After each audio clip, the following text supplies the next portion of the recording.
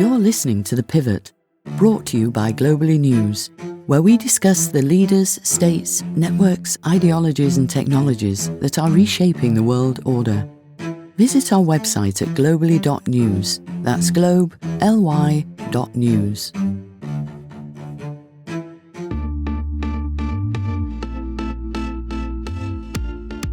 Hi everyone, welcome to The Pivot. My name is Arif Rafiq and I'm your host.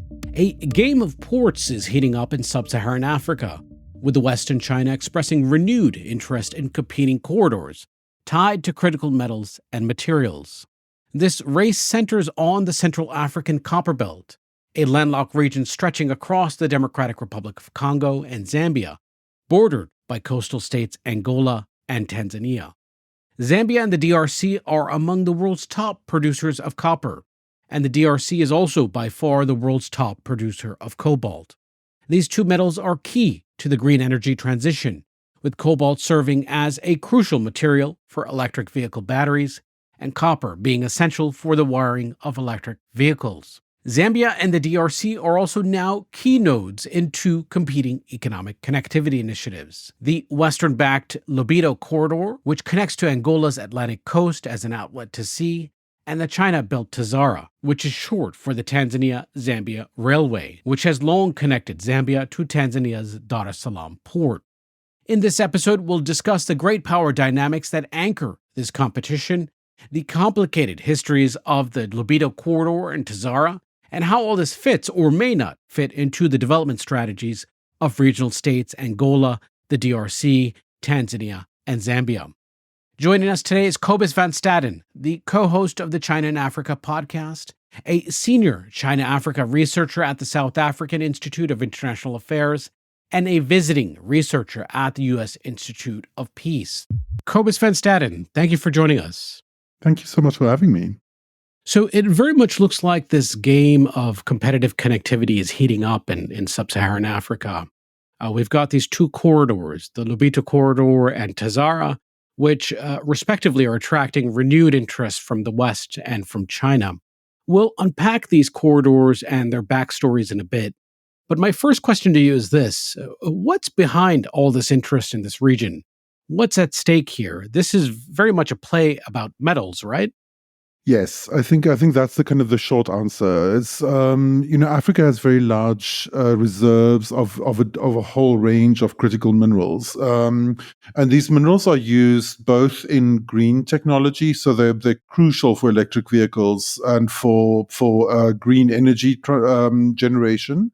But a lot of them also have defense, applications. So it's as on the one hand, it is driven by a kind of a race to adapt to the climate crisis, and at the same time, it's also driven by increasing the kind of weaponization, I guess, of supply chains in a moment of heightened geopolitics. So everyone, I think, in the West is becoming increasingly aware of how quickly China's moved to establish itself in mineral producing countries, and how far the Chinese domestic industries along for a whole bunch of different applications, particularly electric vehicles and solar energy, has advanced. In that context, there's been now this kind of geopoliticized mineral race, that's starting to kick off, and many countries in Africa have now gotten a lot of attention from both sides. Right, and so the idea here is to try to decenter China from critical raw material supply chains and transportation networks. So it's sort of an attempt to kind of kill two birds with one stone and provide an alternative to Chinese infrastructure financing, which has gained global prominence as a result of the Belt and Road Initiative. And I guess specifically with the corridor we're talking about, this is the Central Africa Copper Belt. And the idea here is to transport cobalt and copper from the Democratic Republic of Congo through Angola, and the same for Zambia's copper. So move it westward instead of eastward, and hopefully have those materials also processed by Western companies in Europe and the United States. And so it's very much has to do with these critical materials in terms of electric vehicle batteries, the wiring for electric vehicles, copper and cobalt, and potentially other materials. But this is also about two initiatives coming together, right? There's the G7's Partnership for Global Infrastructure and Investment, the PGI, and the EU's Global Gateway. And so there is an attempt to kind of meld these initiatives together in perhaps an ad hoc fashion and create this accumulated alternative to the Belt and Road. Before we get into all that, let's talk about these two corridors, these competing corridors. And I think what's significant about them, TAZARA and the Lobito Corridor, is that they both involve infrastructure that to some extent is already in place. It has to be restored or rehabilitated in the case of TAZARA. And that's a story in itself. So let's first begin with TAZARA, the Tanzania Zambia Railway. Now, the story of TAZARA isn't really well known outside the region, and many people see China as a new player when it comes to infrastructure development in Africa. But TAZARA is, in fact, China's first overseas development project going back to the 1970s. So I'd like you to talk to us about TAZARA's historic origins and why the project remains important in terms of its symbolism and geoeconomics. Yes, this history remains alive, and it's very interesting to see how Cold War history is essentially circling back, kind of to meet us now. So TAZARA, the origin of TAZARA actually has a lot to do with colonialism, actually. So in the 70s, when Zambia was trying to export its copper, it was facing a problem, which was that it was being blocked by the then now Zimbabwe, now then Rhodesian government, which was at that stage was still run, as part of a British colonial, empire. And by apartheid South Africa, and of course, Rhodesia, now Zimbabwe, was directly linked via colonial ties to the UK, and the UK and the US were both instrumental in propping up apartheid in South Africa for decades. And so, so at that stage, as Zambia was trying to export its copper, it was blocked by Rhodesia and South Africa. And so it was scrambling about. Zambia is of course a landlocked country, and it was scrambling about for an exit, kind of an alternative route. And so it ended up working with Mao era China, and who sent funds at a moment when China had very little money. And also engineers, thousands of engineers, actually, many of whom actually died in Africa. And there's a famous graveyard, kind of like, where you can still visit their graves. And so it became this really emblematic, kind of example of South-South cooperation, what has come to be known as South-South cooperation, and of China's anti-colonial cred. And they ended up being a success. It connected Zambia with Dar es Salaam in Tanzania, which then kind of facilitated the export of Zambian copper. And so, kind of that the symbolism of that railroad as being a China-Africa collaboration and being a kind of a South-South collaboration was, of course, then resurrected more recently. So for a long time, TAZARA was, it was slowly declining. They had problems getting parts. They had training problems and so on. So TAZARA its service was getting spottier and spottier. But it's going to be revived. And there's been an announcement in early 2024 that China Civil Engineering Construction Corporation, I think, is going to be kind of leading the kind of refurbishment of the TAZARA railway. Partly in response to the Lobito Corridor.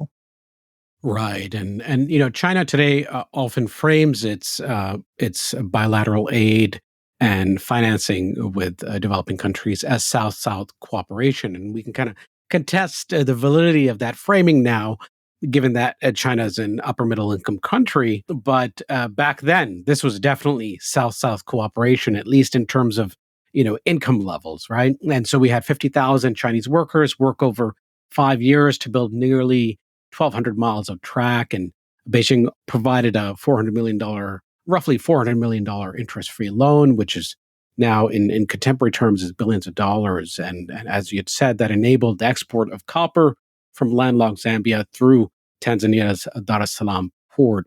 And so, this is an example of China stepping in this post-colonial moment at a time in which neither of the two superpowers at the time were willing to finance this. So it's definitely, part of the historical memory. And I think that's why China is coming back into the mix. And this time around, it's doing it through a different mechanism, a public-private partnership, right? It's offered $1 billion to revamp and operate TAZARA. And so, in your view, this is not, a sort of role, going back to the heyday of the Belt and Road, where Chinese development banks were just signing checks and doing big deals everywhere, right? This reflects, I think, an adaptation in terms of how China's willing to stay involved in the development financing game, right? Yes. So the Belt and Road Initiative has long, functioned on the basis of kind of state corporate synergy, on the Chinese side. So, obviously, a lot of the contractors that did Belt and still do Belt and Road projects in Africa are Chinese state-owned corporations. So in theory, they are state-owned, but in reality, they operate as relatively independent kind of corporate entities, frequently in competition with each other. So the Belt and Road Initiative can be seen as a kind of a shorthand, as providing a kind of a political framework within which these companies can then pursue markets and value chains in the global South with support from the Chinese state. So particularly from entities like Chinese state banks and Chinese state insurers. So how that worked, particularly throughout the 2010s, was that there would be large scale loans, semi-concessional loans supported by Chinese banks, and then those would enable Chinese contractors to do the work. Since then, there's been a few developments. One is that China's economy now isn't what it was like in the 2010s. So there's a different set of considerations at play. Kind of around debt. And on the other hand, on the African side, the COVID pandemic, the invasion of Ukraine, the Gaza crisis, all of these have added to economic kind of pressure on African countries, and particularly in the form of a stronger dollar and higher interest rates. So it's sharply increased what seemed like sustainable loans in the 2010s have been revealed to not be that sustainable. And so there's been I think an awareness on the side of China that there's a limit to how much more sovereign debt African countries can absorb. But their need for infrastructure and also their demand for infrastructure that's not going away. And so there's been increasingly on both sides, there's been the testing out of different kinds of financing models or different forms of public-private partnerships. Which also in some ways represent a kind of a response to demands from the African side for greater skills transfer.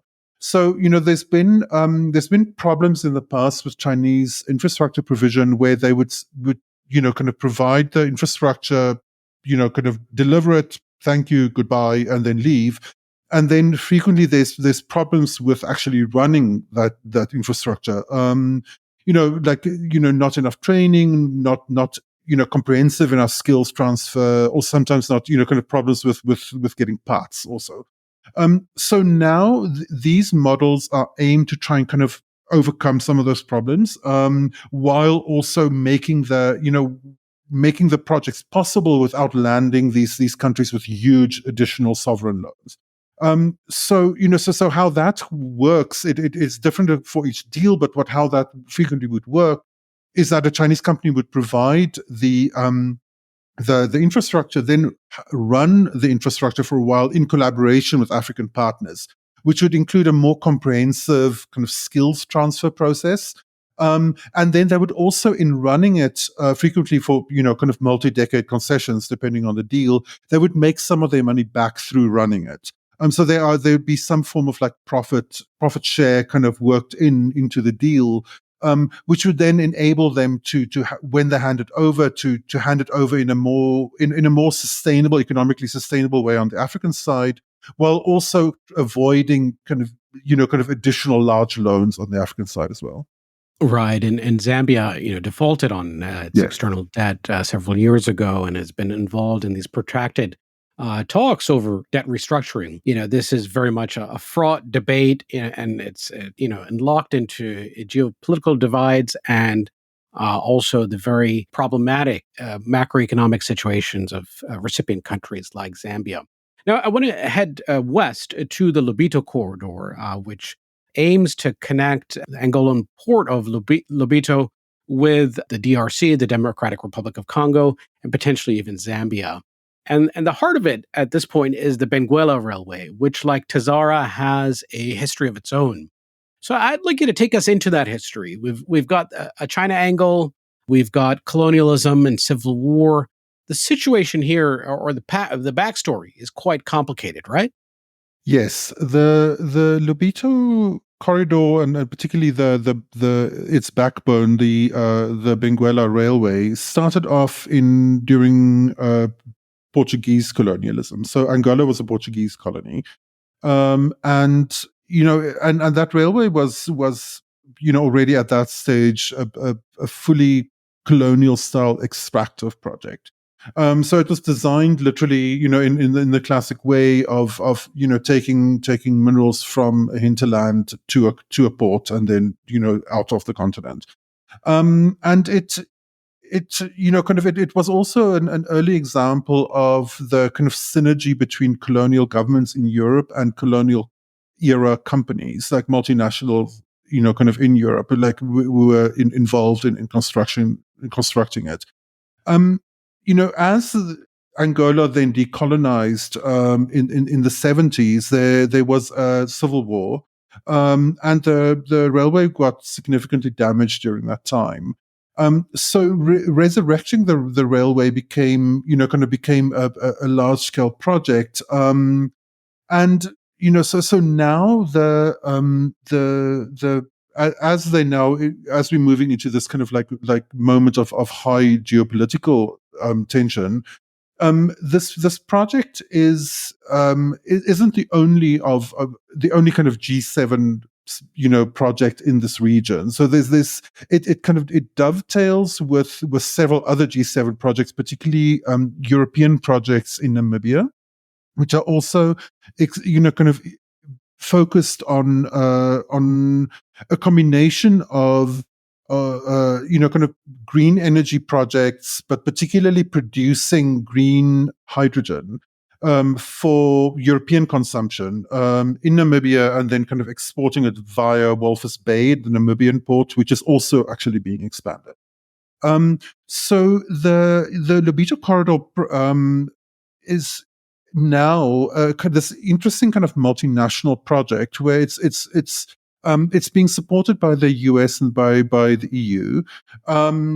There's also JOGMEC, the Japanese mineral, the Japanese agency that facilitates relations between the Japanese government and Japanese multinationals, like mineral and oil multinationals, so has also joined some of the MOUs around the project. And it is one of the big players is Trafigura, which is, I think, Swiss Singaporean, as far as I know. It's a commodities trader. So it's an interesting kind of like mix of players. And so at the moment, what we have at the moment essentially is a set of agreements, like a memoranda of understandings, but between these different actors, to build to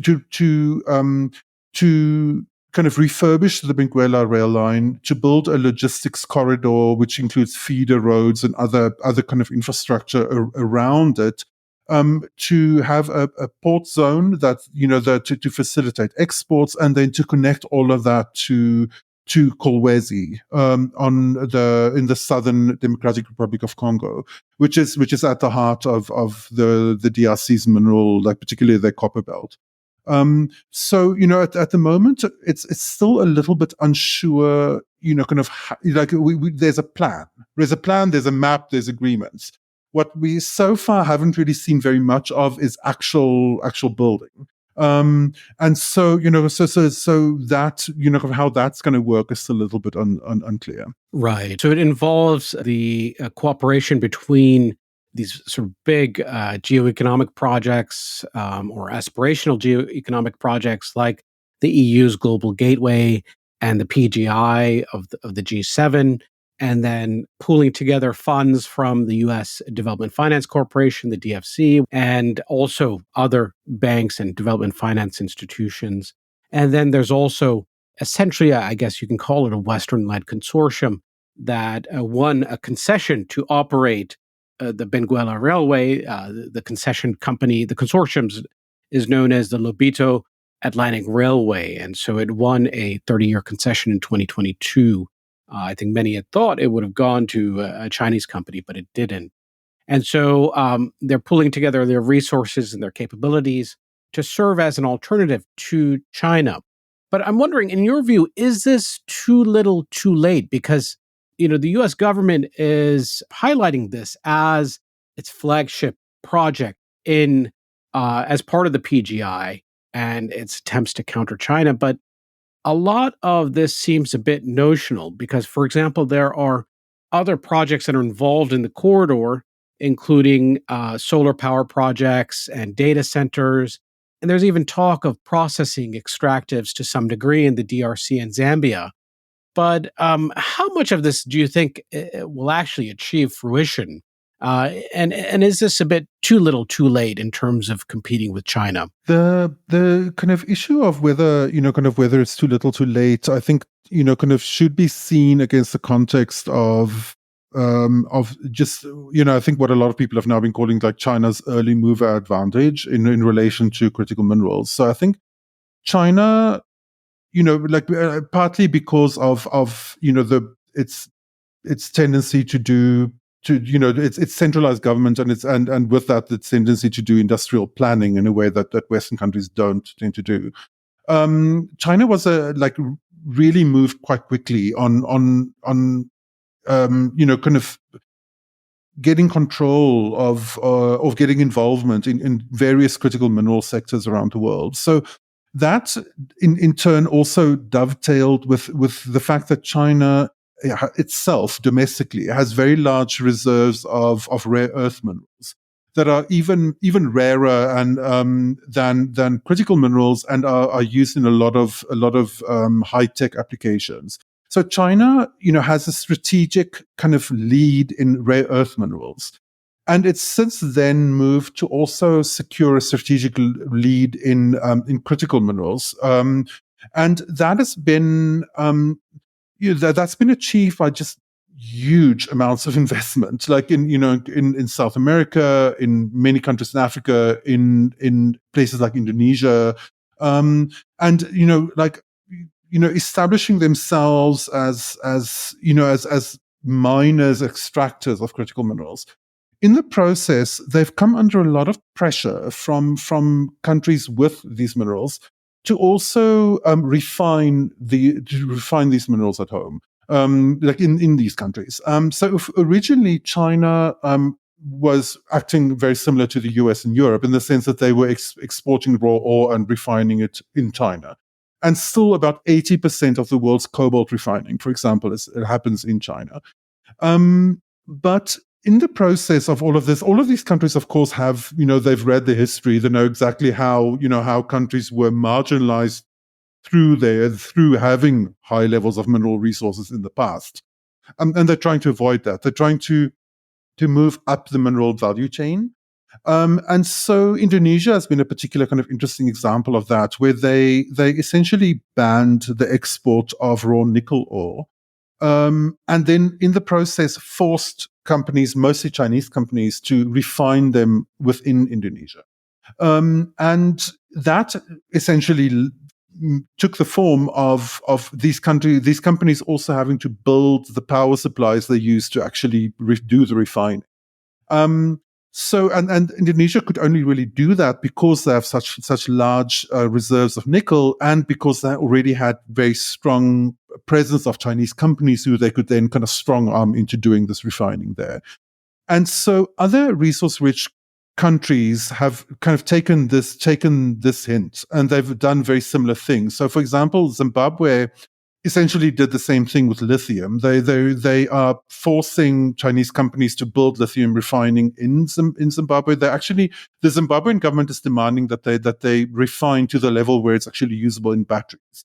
And the Chinese companies haven't gotten there. They're only at the moment they're only doing basic refining, but still that is much more than anyone else is doing. And we're now seeing, I think last week, a lithium refining facility in Nigeria came online, also built by Chinese companies. So that's slowly becoming a thing in Africa. It's becoming more standard. And so all of this is happening. All like the Zambia and the DRC, in relation to cobalt and copper, are trying to get to do the same thing. And they signed MOUs between the two of them to set up cross-border battery manufacturing value chains. And they actually signed MOUs also with G7 countries, with the US and the EU, to do that. But what we haven't really seen any big moves, from the US and the EU to actually go in that direction. There's a lot of rhetoric, kind of in favor of it, but very little actual movement. And at the moment, the Lobito Corridor seems almost 100% extractive. Like it's still really set up for simply to export these minerals from Africa to elsewhere. And at the moment, I think the cobalt is set to be refined in the US, as far as I understand. So we'll see how that develops. But kind of it's happening against a larger background of the African Union and individual African countries pressing a lot harder for these minerals to actually generate some form of jobs and development within their countries, because kind of they all know that at the moment to export raw ore is literally to export the extremely valuable commodities in their least valuable form, and to be paid very little for them. So that so that is, I think, there's a tension there, kind of within these MOUs between G7 countries and African partners. And it remains to be seen whether the G7 countries will actually be as responsive to African demand as Chinese have been. Right. And there's this demand or desire to localize much of the value addition, as you said, in Indonesia and many other parts of the world, including in Africa. But that is also runs at odds with the objectives of many Western countries, which want to also develop these industries at home as well, because they need to develop manufacturing industries that are for next generation technologies and localize it and develop jobs at home as well. So that's another tension, right? In terms of European and North American countries that would like to build their own green energy industries at home. And so countries in Africa, for example, want to develop those jobs in their own countries, but there are real economic and political pressures in the West to do that at home as well, right? Yes, that's definitely it's a really big issue. The Western countries have been really slow, I think, although they were slow in maintaining their lead. A lot of them had leads on, for example, solar energy and electric vehicles for a while, and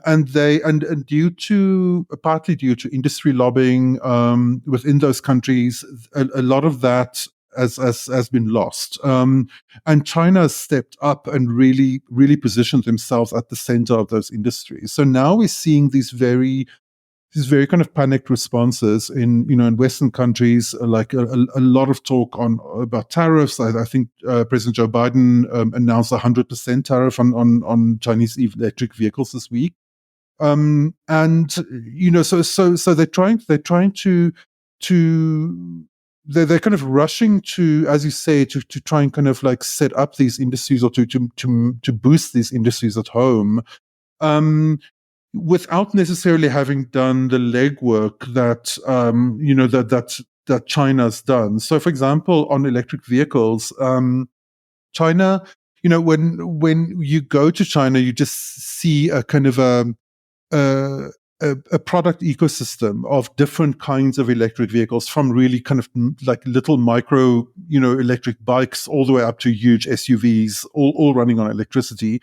That's just it's been kind of normalized and localized, and integrated into people's lives in a way that it just hasn't yet in Western countries.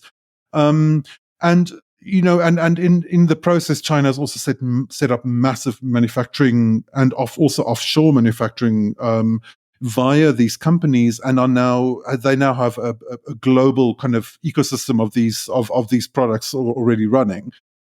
Same thing with solar.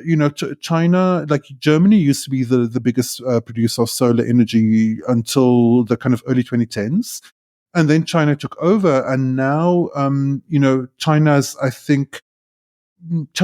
invested, I think the last numbers I saw, has invested about 10 times as much into its solar industry compared to Europe.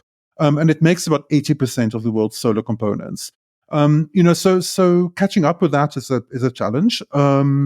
And of course, it's now a challenge that is becoming increasingly geopoliticized. So there's a lot of pressure on these different global South countries to not work with China, or to choose sides between the two. And of course, it all fits into the Biden administration's Inflation Reduction Act, which which is explicitly designed to ward China away from critical mineral supply chains, and so the supply chains that would feed electric vehicles, for example. So there's a real tension there, I think, between what the G7 are, what they're trying to achieve within their own countries, and how that kind of plays out in third-party countries, particularly in global South countries.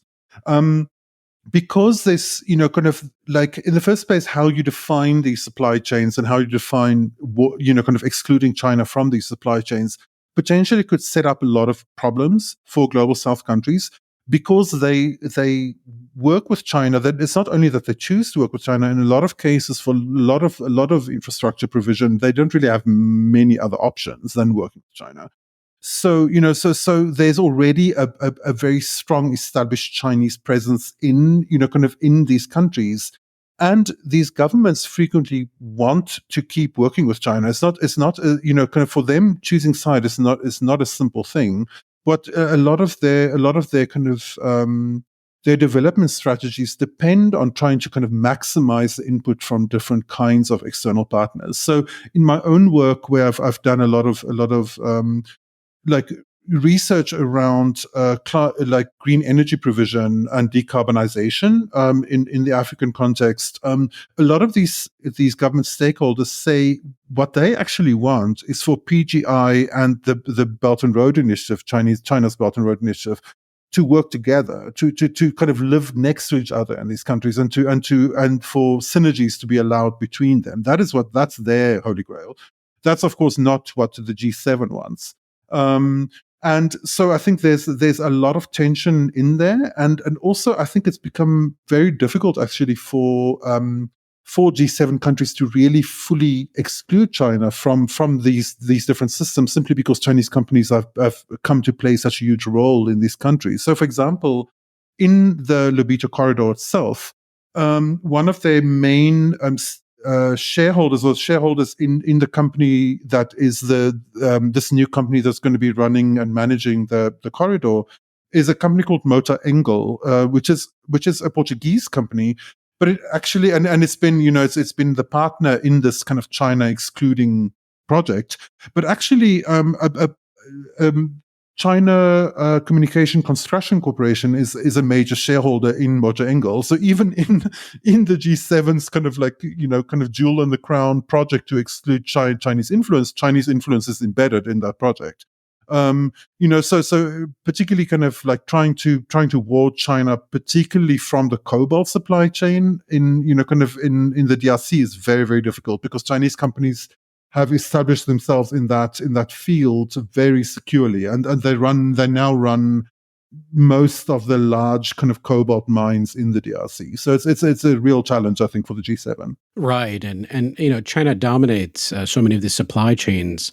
You could very well have a situation where, maybe the U.S. and its partners may build and operate some of the infrastructure for transporting these materials, but Chinese companies could be using this corridor for extracting materials from Central Africa to its own factories, back at home. And so we could have, the United States, for example, subsidizing infrastructure that is used by Chinese companies for their own benefit. And there's nothing that is, exclusive about the networks that are being built that would prohibit any use by Chinese companies. And so it's very much a long-term game. And as you had noted, there are these tensions in terms of where to have the value addition performed. And so, for example, there is a proposal to develop a solar power plant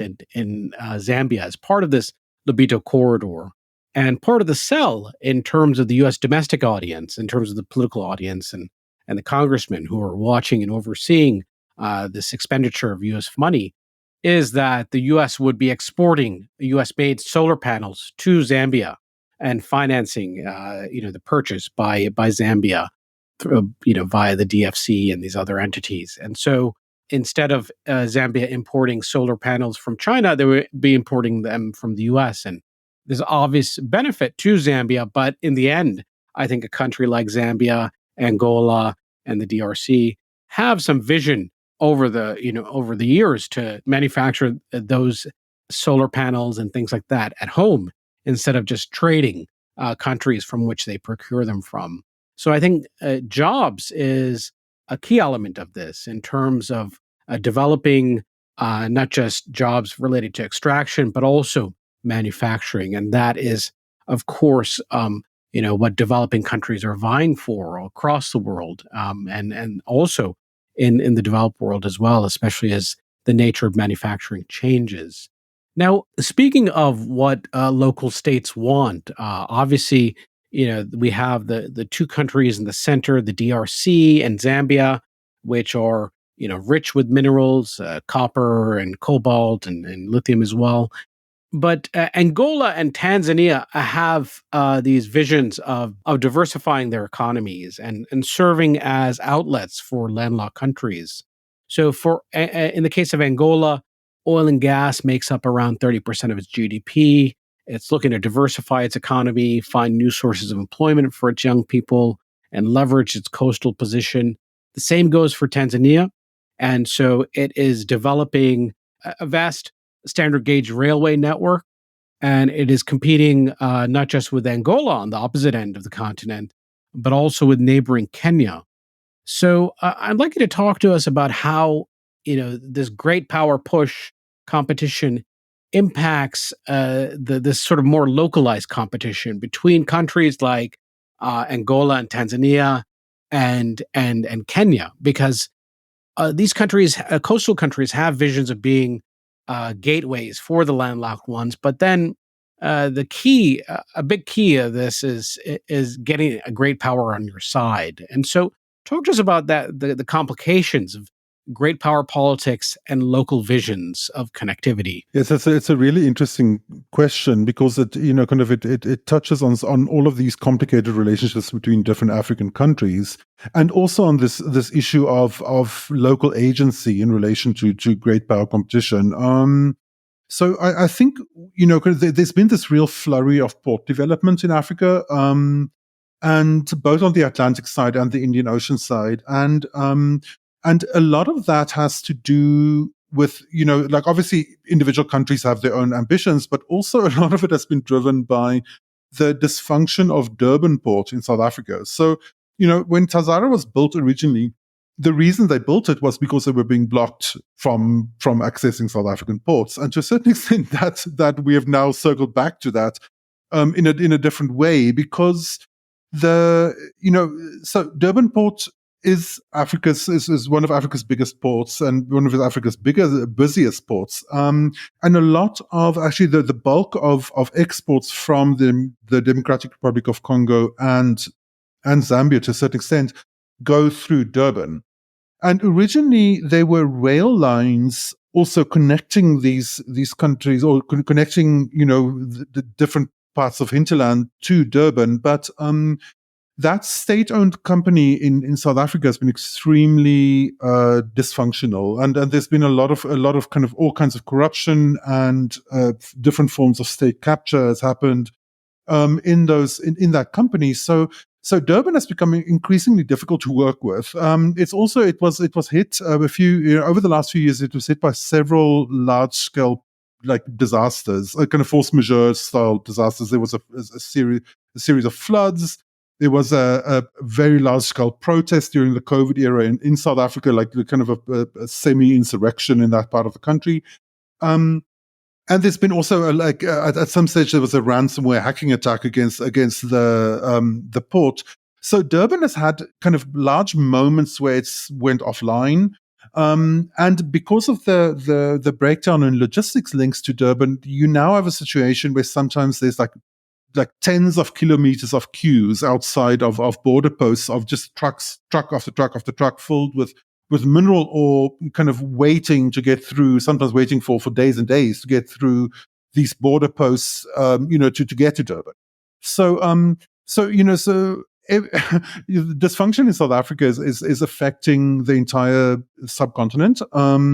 And so there's been, in response, this race of port building in Tanzania, in Kenya, in Namibia, in Angola, and so on, to try and kind of provide alternatives to Durban. And of course, going from the DRC to Durban, particularly if you're driving, is far. And so, if you go to Angola instead, that's much closer.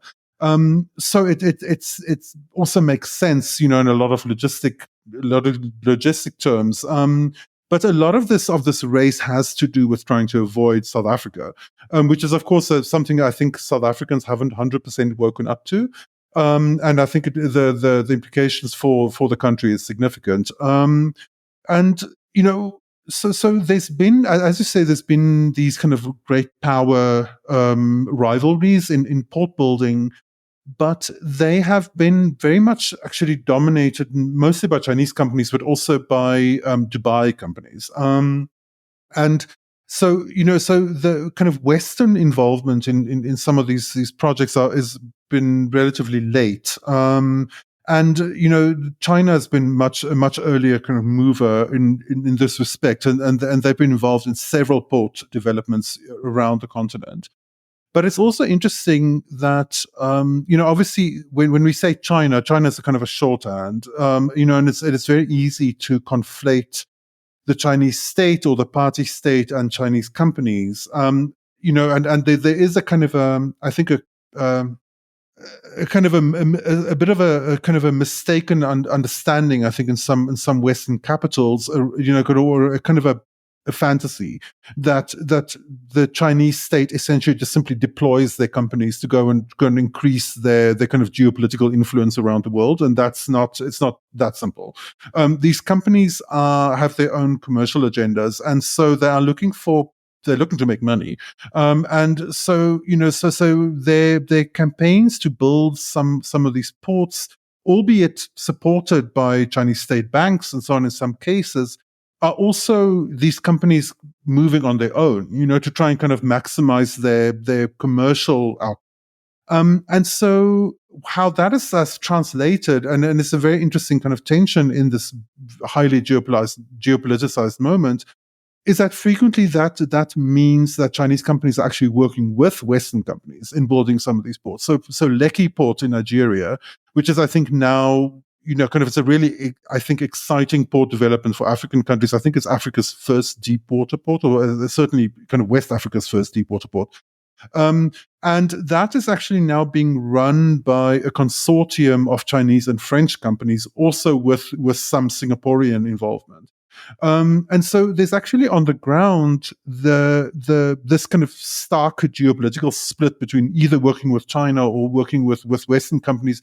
You realize that actually that geopolitical split is largely pursued by governments on the Western side, but not necessarily by the Western private sector. In some cases, Western private companies are quite willing to work with Chinese partners.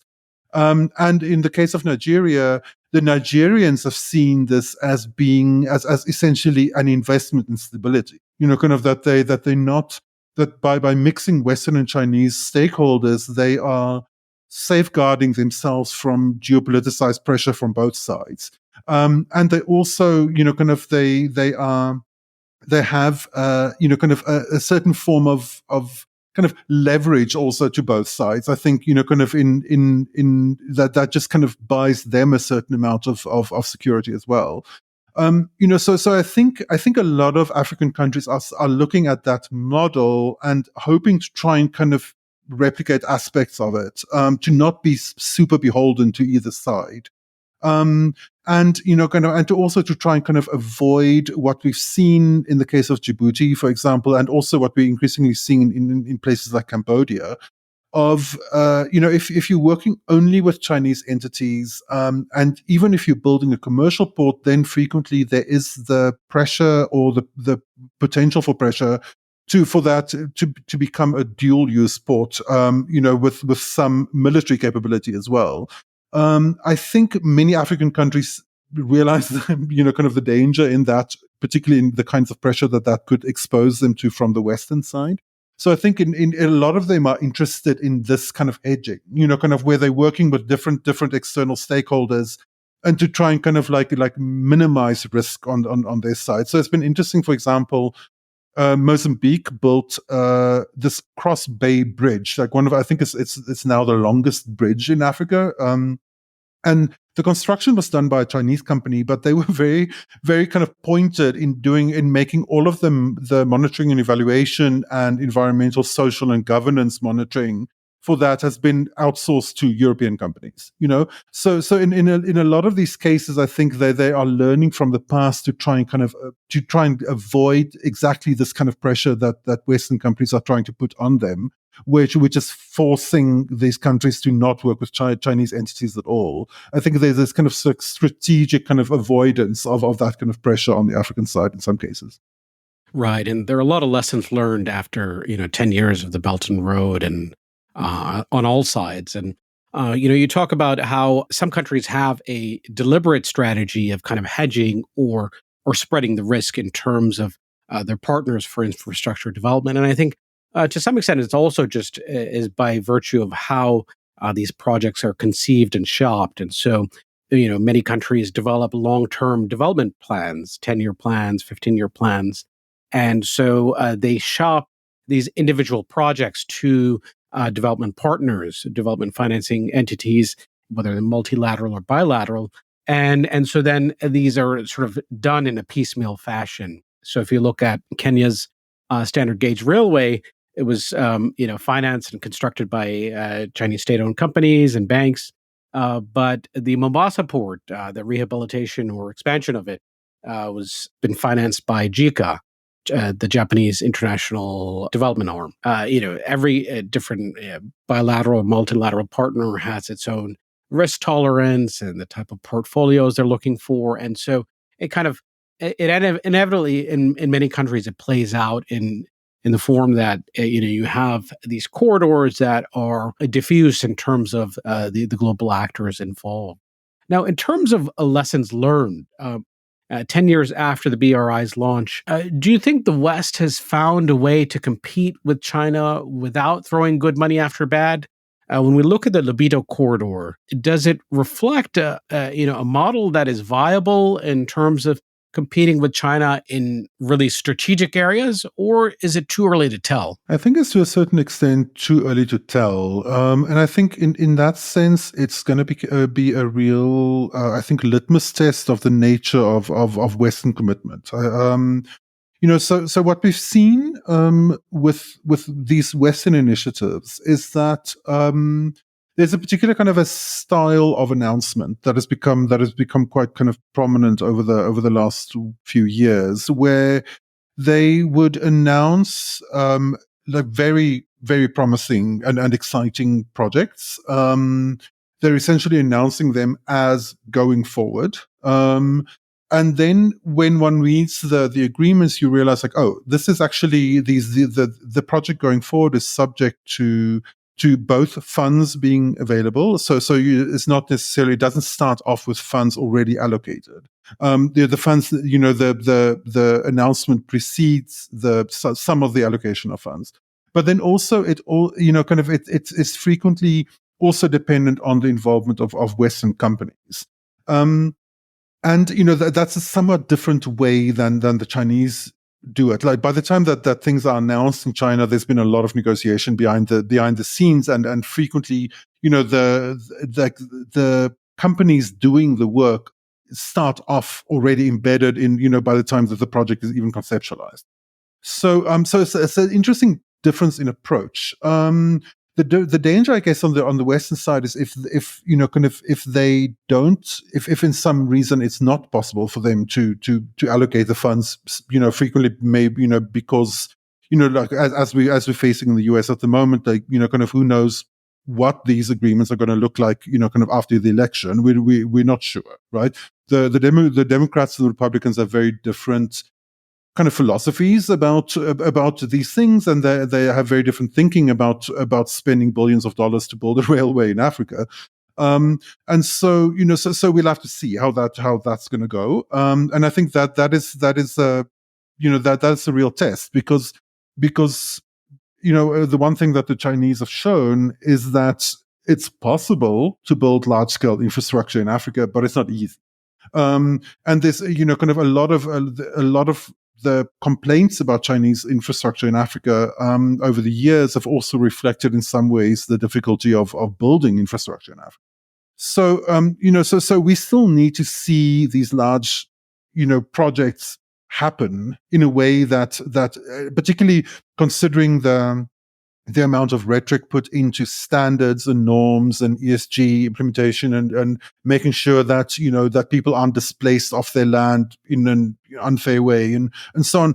Obviously the EU and the US have put a lot of rhetoric kind of into that, and they've criticized China a lot on those points, frequently rightly. But they still need to show that they can actually implement similarly massive projects kind of at a better value point. We still haven't seen them do it. So, kind of if they do, I mean, I really hope they can, kind of, it'll be great for Africa if they can, but, but we still need to see it in action. The other problem, I think, on the Western side is that Western governments are a lot more interested in doing business in Africa, frequently for geopolitical reasons and for these kind of long-term planning for critical mineral supply chains and so on reasons than Western companies are. Western companies are frequently very risk averse to dealing with Africa, and we know that both in Europe and in the US, African investments frequently carry wildly unfair kind of risk premiums. Like African countries are frequently penalized for simply being in Africa compared to other parts to other global south lenders, for example, or borrowers, for example. So there's a very strong and sometimes exaggerated perception of African risk in Western boardrooms. And at the same time, these boardrooms, these companies are a lot more beholden to shareholder pressure than particularly state-owned companies are in China. And there are the state has a lot less leverage over them. So it's very difficult to make an American company go to Africa if they don't want to. And so that's still a little bit up in the air, like kind of how, which companies exactly are they going to be using and how are they going to kind of sweeten the deal for these companies to actually make them go to Africa and work in Africa if they don't already have a track record of working. And what we've seen, kind of in the case, for example, of just energy transition partnerships that the G7 has had in Africa, with South Africa and now with Senegal, and in some other highly polluting coal-dependent countries as well, like in Vietnam and in Indonesia, is that in those processes, a lot of the work that goes into negotiating those deals are also force these countries in some ways, or push them to do local legislative reform within these countries to make it kind of like easier and more attractive to do business for Western companies in these countries. So these countries have to sometimes have to shift their kind of local laws in order to increase, to sweeten the deal for Western companies, in order for Western governments to entice them to actually do these projects that have now already been announced. So, so I think the Lobito Corridor is going to be a real kind of like test case, I think, for all of these dynamics. And the first thing that I think that everyone, I think, in Africa is looking towards is what's going to happen in the election in the US. And whether, kind of say there is, if there is a Republican victory, whether there is any kind of commitment to keeping these projects going. I think on the European side, the political calculus is slightly different, but there's still issues. Kind of like it still is in a moment of austerity in the UK, for example. It still is a hard sell, I think, to domestic electorates to spend a lot of money on African infrastructure. And kind of so in all of these cases, it's not a situation where that the Chinese Communist Party is deploying these companies to go and do these projects, because the political and economic synergy between these state-owned companies and the party state in China is different from in the West. So it's on their side, on the Chinese corporate, like private-public side, it can be a win-win situation, and there's a win for the African side too. On the Western side, that win-win calculus is a little bit more complicated, and also the leverage is very, very different. So, so there is, it really is still up in the air. Like, there's a lot of big ifs, that's still embedded in the Lobito Corridor project that still need to be resolved. Right, and there are a lot of big ifs. But my final question to you I'll force you to kind of answer those ifs. 5 years down the road, where do you think both the Lobito Corridor and TAZARA will be, in terms of the rehabilitation of both? I hope that both will be rehabilitated and operational, because it would be really, really helpful, I think, for African economies if both of those run. At the same time, one of the things that is that's up in the air, and that will be also a very interesting litmus test, is that Zambia particularly, and I think the DRC as well, they've been campaigning for the TAZARA railway and the Lobito Corridor to be connected, because they're actually not that far apart. And kind of TAZARA connects Zambia to the East Coast, and Lobito connects the DRC to the West Coast. But there's kind of like Lobito is also connects to Zambia. So, or potentially could connect to Zambia across the border, and those two countries are already very interested in cross-border value chains. So, and keep in mind that because of colonial forms of infrastructure provision, and then because of kind of post-colonial kind of like imperial shenanigans, kind of during the Cold War, Africa still doesn't have a single kind of logistics or transportation corridor connecting the east of the continent to the west of the continent. That is still a kind of a thing that Africa is trying to achieve. If TAZARA and Lobito is connected, it will be that. It will be that first kind of east-west connection from the one side of the continent to the other, which is completely crucial to African development. Like those east-west and north-south corridors are like the African Union has been pushing and pursuing those for decades. So that is it lies absolutely at the heart of African continental development plans. And it will be extremely interesting and revealing to see whether both the Chinese and the G7 countries are willing to listen and accede to African demands on this issue. Because if they're not, then they are literally holding back African development for geopolitical reasons. And I mean, that's not a cute look, kind of in a moment, particularly when, when Africa really is the only real emerging market left in the world and the only real still growing kind of youth demographic, in the world. In a few decades, basically like every one in every four people in the world will be African. And so African populations are, will need to be heard on this. Their priorities will need to be taken into account. And one of their priorities is cross-continental logistics and transport routes. That has been that Africa is very clear about that.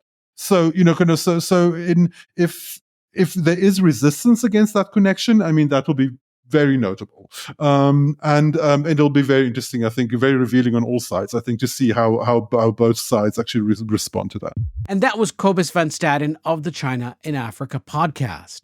Please subscribe to our show on your platform of choice, and thank you for tuning in.